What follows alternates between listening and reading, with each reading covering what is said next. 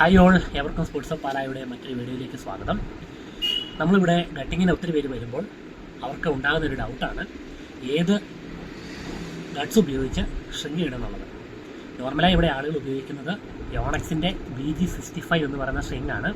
ഇത് വരുന്നത് 0.70 mm thickness ഉള്ള ഏറ്റവും കൂടുതൽ ഡ്യൂറബിലിറ്റി തരുന്ന ഒരു ഷ്രിങ് ആയതുകൊണ്ടും നമ്മുടെ ബഡ്ജറ്റിൽ ഏകദേശം ഒതുങ്ങുന്നത് കൊണ്ടും ഒത്തിരി പേര് ഈ ഷ്രിങ്ങാണ് സജസ്റ്റ് ചെയ്യുന്നത്.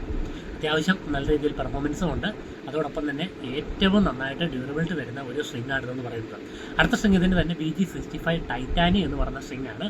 ടൈറ്റാനിയത്തിന് സെയിം BG65 പറഞ്ഞ പോലെ 0.70 mm ആണ് തിക്നെസ്. ഇതിൻ്റെ പുറത്തൊരു എക്സ്ട്രാ കോട്ടിങ് വരുന്നുണ്ട്. അതുകൊണ്ട് തന്നെ കുറച്ചും കൂടെ നമുക്ക് പവർ ജനറേറ്റ് ചെയ്യാൻ സാധിക്കും, കുറച്ചും കൂടെ നമുക്ക് അക്രോസി ആയിട്ട് കളിക്കുവാൻ സാധിക്കും. ഡ്യൂറബിലിറ്റി BG65നെ അപേക്ഷിച്ച് താരതമ്യേന കുറച്ചും കൂടി കുറവായിരിക്കും. അത് കഴിഞ്ഞ് നമ്മുടെ കയ്യിൽ നമ്മൾ ചെയ്യുന്ന ഒരു ഷ്രിങ് എന്ന് പറയുന്നത് BG80 പവറാണ്. 80 പവർ 0.68 mm തിക്നെസ്സിലാണ് വരുന്നത്. ഈ ഷ്രിങ് പൊതുവേ ചെയ്യുന്നവരിൽ നിന്ന് എനിക്ക് കിട്ടിയ അഭിപ്രായം, ഒരു 2-3 ദിവസം കളിച്ച് കഴിയുമ്പോഴത്തേക്കും ഷ്രിങ് സെറ്റായി വരും.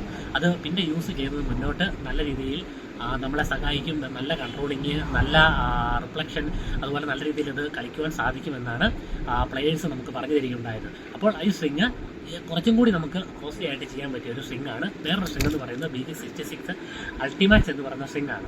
വെറും 0.65 mm തിക്നെസ് കുറച്ച് കുറവാണ്. ഹിറ്റിംഗ് സൗണ്ട് കൂടുതലാണ്, കൺട്രോൾ കൂടുതലാണ്, കുറച്ചും കൂടെ നമുക്ക് പവറായിട്ട് ഷോട്ടുകൾ ഹിറ്റ് ചെയ്യാൻ സാധിക്കുന്ന, ഡ്യൂറബിലിറ്റി കുറച്ച് നല്ല രീതിയിൽ കുറവുള്ള ഷ്രിങ് ആണ് BG66 അൾട്ടിമാക്സ്. പിന്നെ മുന്നോട്ട് പോയി കഴിഞ്ഞാൽ നമുക്ക് എയറോബൈറ്റ് ബൂസ്റ്റ്, ഇതാണ് കമ്പനി പ്രൊവൈഡ് ചെയ്യുന്ന 4 നോട്ട് ഷ്രിങ് എന്ന് പറയുന്നത്.